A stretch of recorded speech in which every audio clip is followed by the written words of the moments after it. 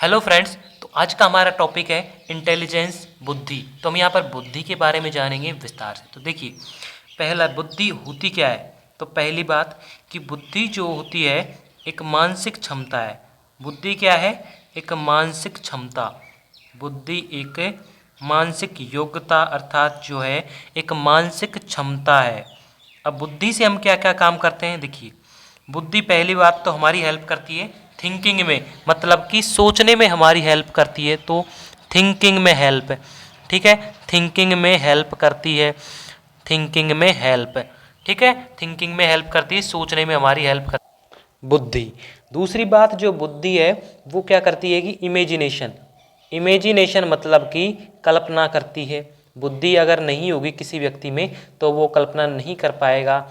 तो बुद्धि के थ्रू ही एक व्यक्ति क्या करता है? कल्पना करता है, ठीक है। तर्क करता है। तर्क का मतलब होता है बातचीत करना, तर्क करना। तर्क करना मतलब बातचीत करना, क्योंकि अगर किसी व्यक्ति में बुद्धि नहीं होगी तो वो व्यक्ति जो है बातचीत नहीं कर सकता है। बुद्धि अगर किसी में नहीं है तो न तो वो सोच सकता है, ना ही वो इमेजिनेशन कर सकता है, और ना ही वो तर्क अर्थात बातचीत कर सकता है। तो बुद्धि के द्वारा एक व्यक्ति क्या क्या करता है? इमेजिनेशन करता है, थिंकिंग करता है, और तर्क करता है, बातचीत करता है। तो यहाँ पर बुद्धि का जो पहली लाइन है वो पहला टॉप जो है उसकी एक छोटी सी बात थी बुद्धि के बारे में, बुद्धि की कुछ अवधारणाएं थी बुद्धि की। तो वो यहाँ पर कंप्लीट होगी कि बुद्धि के थ्रू हम क्या क्या कार्य कर सकते हैं, ठीक है। दूसरी बात बुद्धि की कि बुद्धि क्या है कि एक समस्या को, बुद्धि क्या करती है? समस्याओं को सुलझाने में, समस्याओं को सुलझाने में क्या करती है? हेल्प करती है।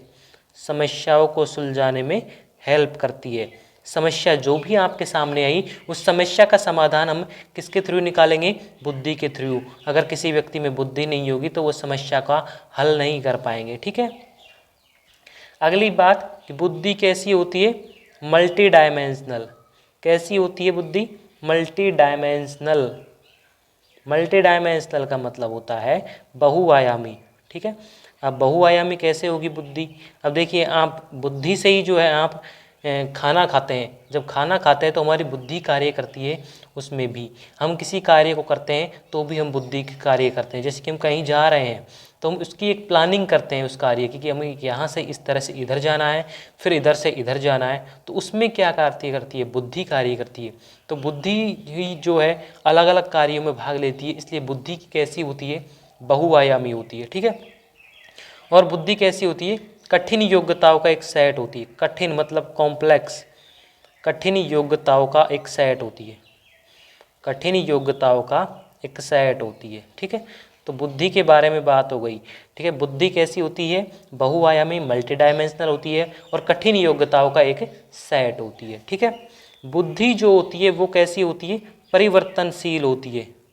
कैसी होती है? परिवर्तनशील, मतलब कि चेंजेबल होती है। अब चेंजेबल कैसे होगी? देखिए, मान लीजिए एक कमज़ोर स्टूडेंट है, ठीक है, और एक होशियार स्टूडेंट है। अब कमज़ोर स्टूडेंट को यदि टीएलएम उपलब्ध कराई जाए, टीचिंग लर्निंग मेथड, अगर उसको अच्छे अच्छे मेथड दिए जाएँ, अच्छे शिक्षण विधि से जिसको शिक्षण कराया जाए, लर्निंग कराई जाए, तो उसकी बुद्धि क्या होगी? कमज़ोर स्टूडेंट की जो है, कमज़ोर बालक वो कैसा हो जाएगा? प्रतिभाशाली बालक हो सकता है, ठीक है। कमज़ोर बालक कैसा हो सकता है? प्रतिभाशाली बन सकता है अगर उसको जो है वातावरण दिया जाए। वातावरण मतलब कि टीचिंग लर्निंग मेथड दी जाए, टीएलएम उपलब्ध कराई जाए। जितने भी टीएलएम उसको दिए जाएंगे उनके थ्रू उसमें क्या हो जाएगी? बुद्धि उसमें बढ़ जाएगी, और कमज़ोर विद्यार्थी कैसा हो सकता है? प्रतिभाशाली बन सकता है। तो इस तरीके से जो है बुद्धि परिवर्तनशील होती है, ठीक है।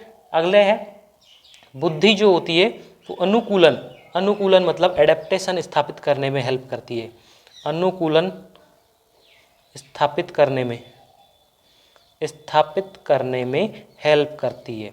अब देखिए, अनुकूलन में हेल्प कैसे करेगी? मान लीजिए अब फिलहाल जो है गर्मी का मौसम चल रहा है, तो गर्मी में हमें क्या ज़रूरत होगी? पसीना आएगा शरीर में, तो हमें गुस्सा भी आता है कई बार। तो बुद्धि क्या करती है? हमें गर्मी के अनुसार ढालने का प्रयास करती है कि अब वातावरण ऐसा है तो इस परिस्थिति के अनुसार आपको ढलना है। अब मान लीजिए आपके सामने कहीं आप ट्रैवल कर रहे हो, और ट्रैवल करते समय आपको कोई और प्रॉब्लम आ गई, ठीक है। अब प्रॉब्लम आ गई, तो बुद्धि क्या करेगी, आपको उस अनुकूलन, मान लीजिए ट्रैवल करते टाइम बस का टायर पंचर हो गया और आप लेट हो रहे हैं, लेकिन आपको जाना जल्दी था, लेकिन अब जाएंगे कैसे जल्दी, कि टायर तो पंचर है, बस का पंचर हो गया। तो यहाँ पर बुद्धि क्या करेगी, उस अनुकूलन के थ्रू आपको ढालेगी कि अब आपको रुकना पड़ेगा यहाँ पर, जब तक बस का टायर चेंज नहीं हो जाएगा तब तक आपको यहाँ पर रुकना है। तो ठीक है, तो यहाँ पर क्या होगा, एडेप्टेशन, मतलब कि जैसी परिस्थिति हुई उसके थ्रू अनुकूलन स्थापित करना होगा। तो अनुकूलन स्थापित करने में हेल्प करती है, कौन करती है, बुद्धि हेल्प करती है अनुकूलन स्थापित करने में। तो ठीक है, यहाँ पर बुद्धि हेल्प करेगी अनुकूलन स्थापित करने में। नेक्स्ट है बुद्धि का, कि बुद्धि जो होती है वो क्या होती है, आनुवांशिकी कारक, आनुवांशिकी कारक और वातावरण का जो है, आनुवांशिकी कारक और वातावरण, इन दोनों का क्या होती है, गुणनफल होती है, जटिल प्रक्रिया का उपभव। मतलब कि बुद्धि जो होती है वो आनुवंशिकी कारक, आनुवंशिकी कारक और वातावरण दोनों पर निर्भर करती है। अब देख लीजिए, मान लीजिए किसी के माता पिता जो हैं होशियार है शुरू से, किसी के माता पिता में अच्छी बुद्धि, अच्छे आनुवंशिक गुण है, तो उसके बच्चे में भी अच्छे आनुवंशिक गुण होंगे। और अगर पहली बात तो ये होगी, तो यहाँ से भी बुद्धि क्या हुई, प्रभावित हुई आनुवंशिक कारक से। दूसरा वातावरण से, अगर किसी बच्चे के माता पिता अच्छे हैं तो उसके बच्चे भी अच्छे बुद्धि वाले होंगे, लेकिन अगर उसे अच्छा वातावरण नहीं दिया जाएगा तो उसकी बुद्धि कैसी हो जाएगी, कमज़ोर। तो वातावरण भी क्या करता है, बुद्धि को प्रभावित करता है। तो बुद्धि कैसी हो गई, बुद्धि जो होती है वो आनुवंशिकी कारक और वातावरण दोनों का जटिल प्रक्रिया होगा। जटिल प्रक्रिया मतलब कि गुणनफल होती है।